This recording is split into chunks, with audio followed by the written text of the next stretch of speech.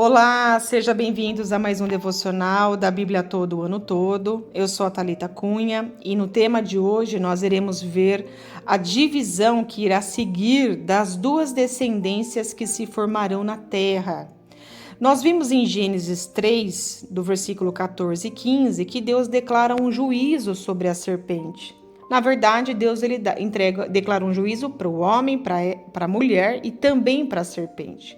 Mas falando aqui nesse caso do juízo sobre a serpente, lá ele declara que iria pôr inimizade entre ela, a serpente, e a mulher, tipificando dessa maneira o confronto e a oposição que existiria entre essas duas descendências, a descendência de Satanás com a descendência da mulher, a igreja. Pois bem, a degradação do homem, então, ela se inicia logo após a sua desobediência.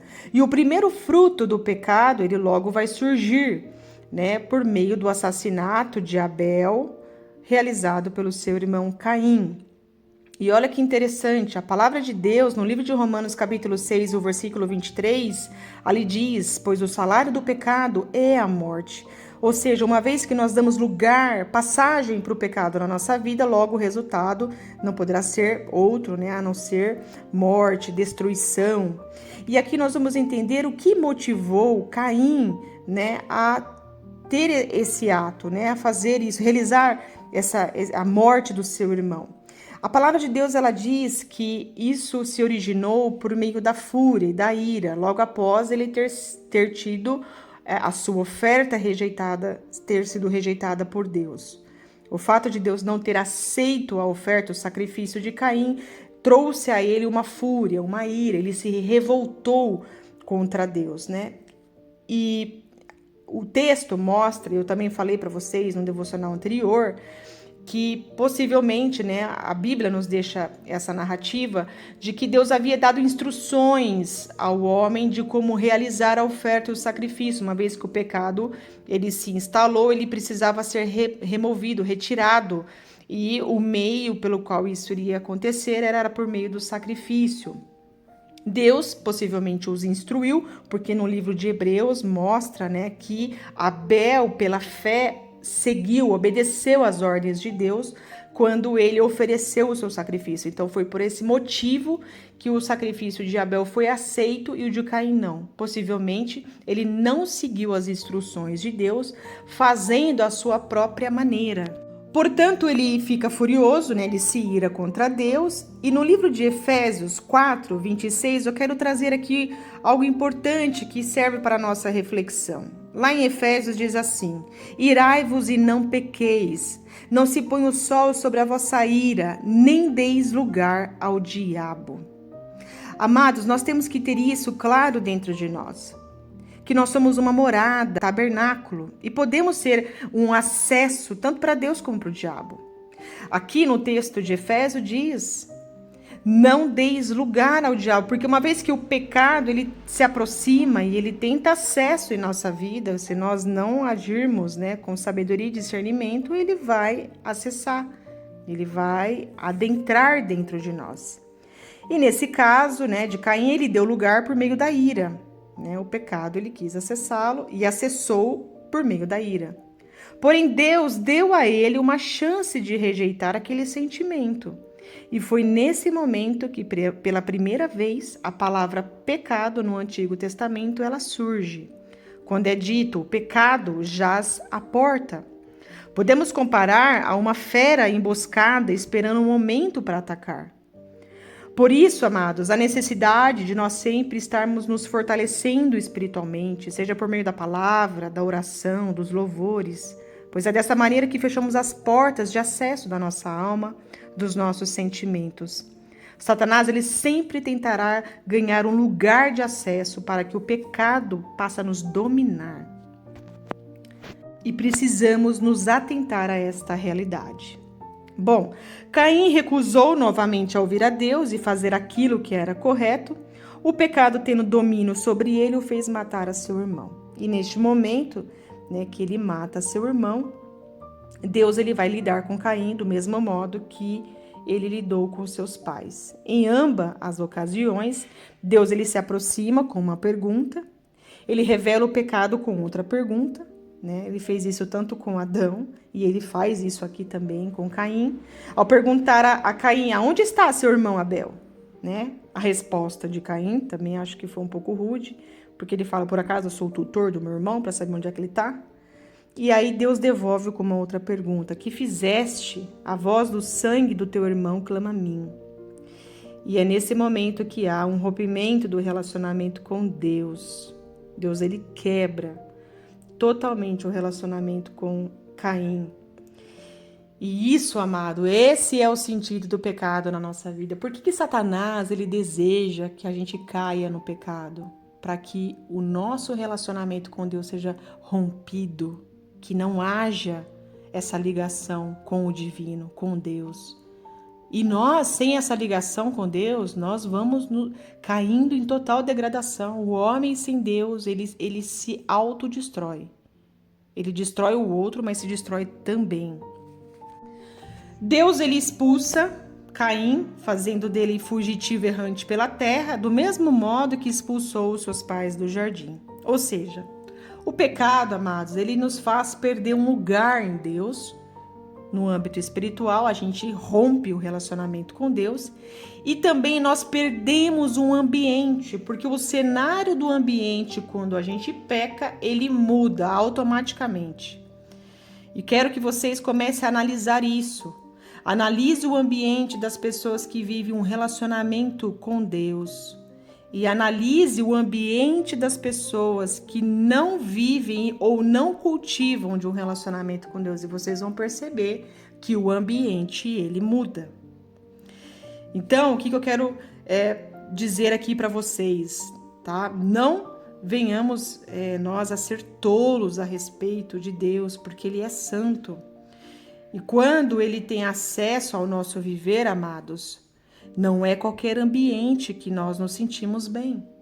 Quando nós temos, como Deus tem um acesso dentro de nós, o lugar que nós entramos, aonde nós frequentamos, a roda que nós participamos, se não for algo, né, de teor moral, vamos pensar assim, porque a Bíblia ela é totalmente moralista e ética também, né? É um livro moral e ético.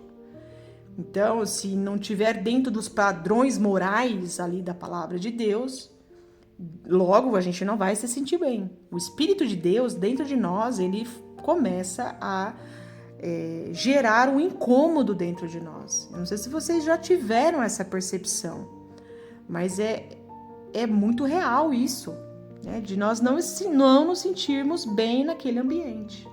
Pesa, sabe? A atmosfera é pesada. Né? E isso nos atinge profundamente. Bom, e assim como Deus providenciou, né, a proteção a Adão e Eva, ele também o faz a Caim, colocando sobre ele um sinal para que ninguém ao encontrá-lo o ferisse. E isso, amados, é um ato da misericórdia divina, mesmo em meio ao julgamento. Bom, agora nós entraremos no ponto-chave do nosso devocional.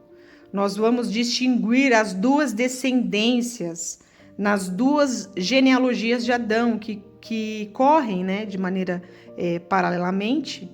A linha de rebelião contra Deus, né, que vai se formar, como foi agora de Caim. A gente vai ver que é uma linha que vai seguir se rebelando contra Deus. E a linha da escolha divina que vai surgir logo ali na frente. A linhagem dos rebeldes, queridos, nós podemos associar à descendência da serpente, ok? Então, vamos entender como que essa linha, né, dos rebeldes, ela vai se criar. Caim, ele se casa com uma parente, isso na história antiga não era proibido, e dessa união nasce Lameque. Lameque é o 7º filho de Caim. Lameque, ele toma para si 2 esposas, de nome Ada e a outra Zilá, e essa família ilustra o afastamento de Deus como o primeiro a quebrar o padrão estabelecido por Deus, segundo o qual cada homem deve unir-se a uma mulher no casamento, tornando-se os dois uma só carne. Ou seja, Deus já havia dado né, a aliança do casamento e qual é o modelo de Deus para a aliança do casamento, e aqui a primeira quebra desse padrão que Deus havia estabelecido. Lameque, ele herda do seu pai o instinto violento e assassino. Nós podemos até atribuir isso à maldição hereditária, né? Porque Deuteronômio vai falar a respeito das maldições hereditárias que acompanham, né, os filhos, as gerações a seguir. E ele se gabava ainda de ter matado um jovem, afirmando que no futuro ele seria ainda mais violento que Caim.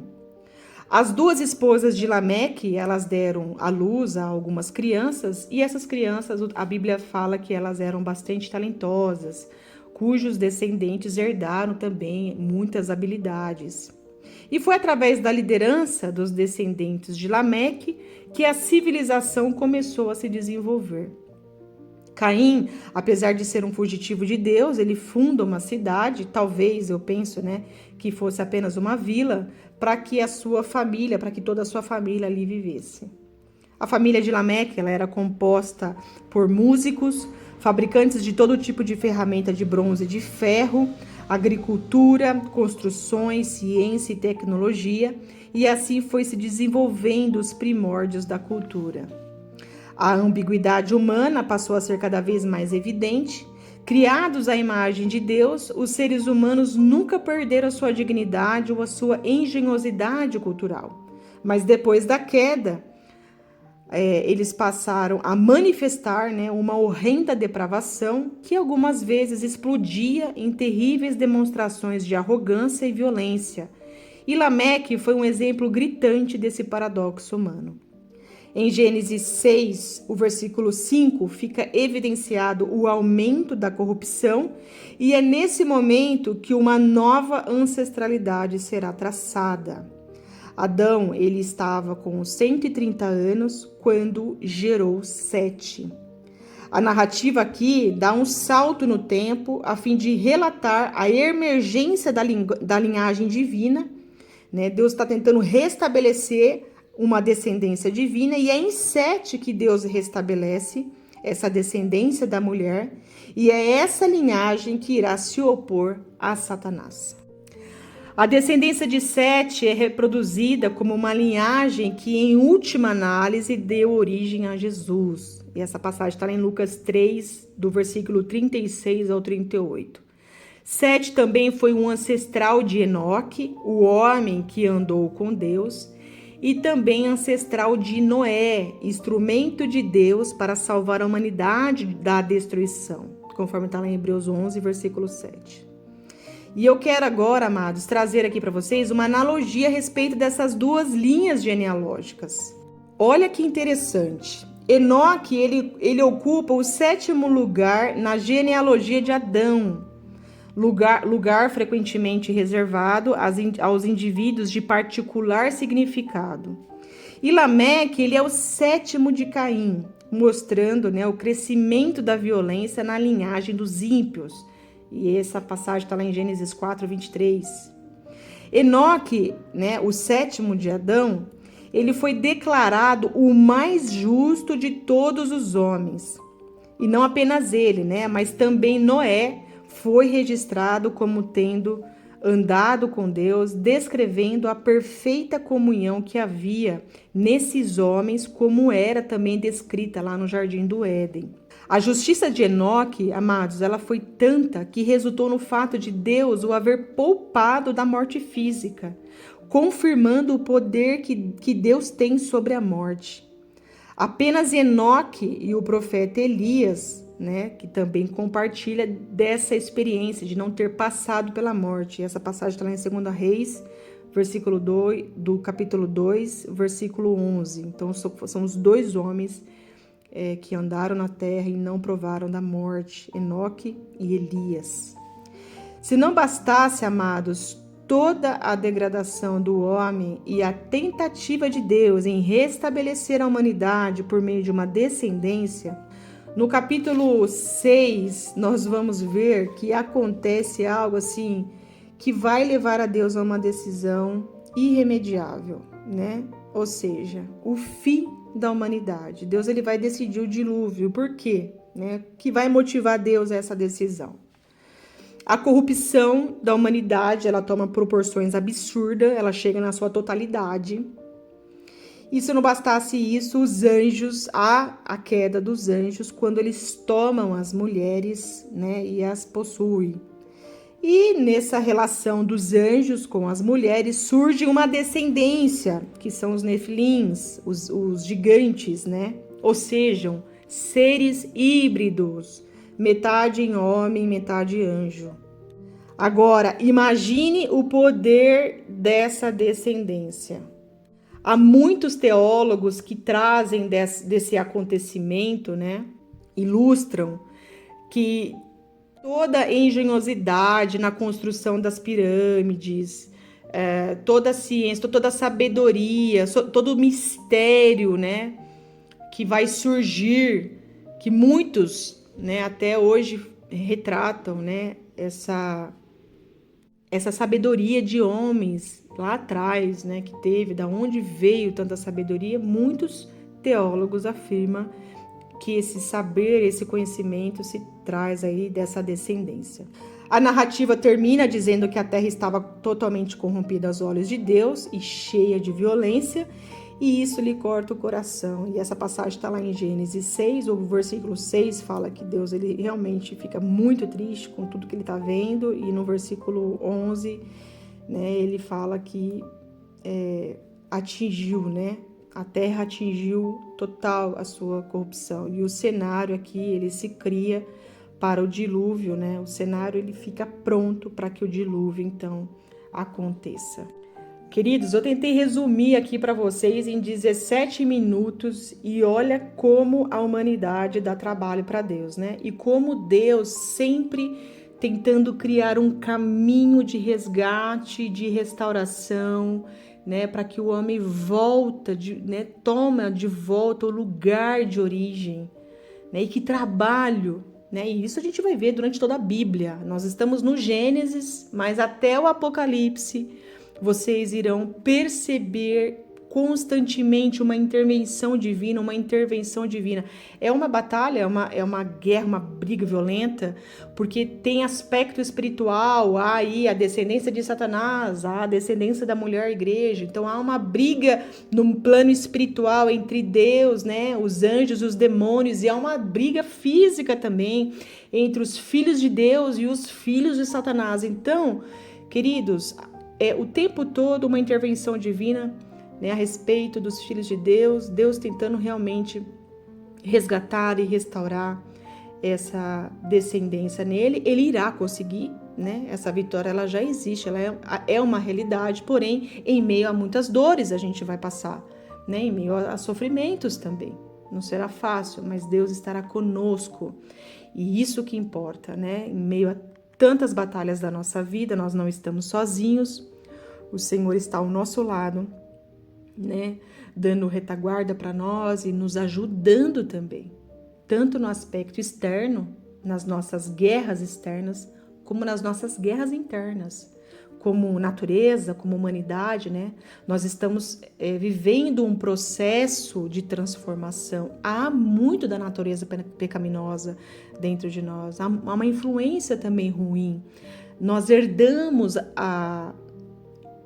uma natureza contaminada. Nós já nascemos contaminados por essa natureza. A gente observa isso nas crianças, né? A criança nasce, por acaso alguém ensinou ela a mentir?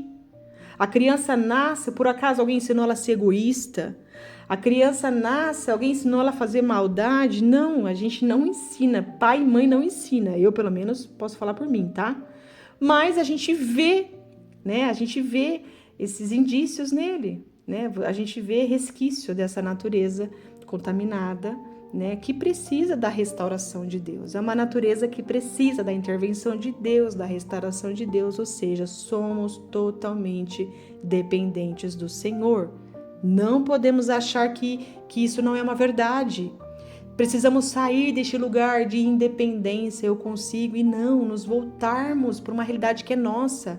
Somos dependentes de Deus e carecemos das suas misericórdias, né? Do favor divino, da intervenção dele nas nossas vidas. Amém? Vamos orar neste momento? Pai, quero te agradecer, Senhor, por essa oportunidade de devocional que estamos tendo. Senhor, em mergulhar na Tua palavra e conhecer a história, né, que diz respeito a nós, a nossa vida, diz respeito ao passado, diz respeito, né, ao momento presente e também revela, Senhor, uma realidade do futuro do qual nós fazemos parte. Nós fazemos parte dessa história, Senhor. O Senhor está escrevendo a história da humanidade e dentro dessa história da humanidade eu faço parte disso. Esse meu irmão e essa minha irmã que está me ouvindo agora fazem parte disso.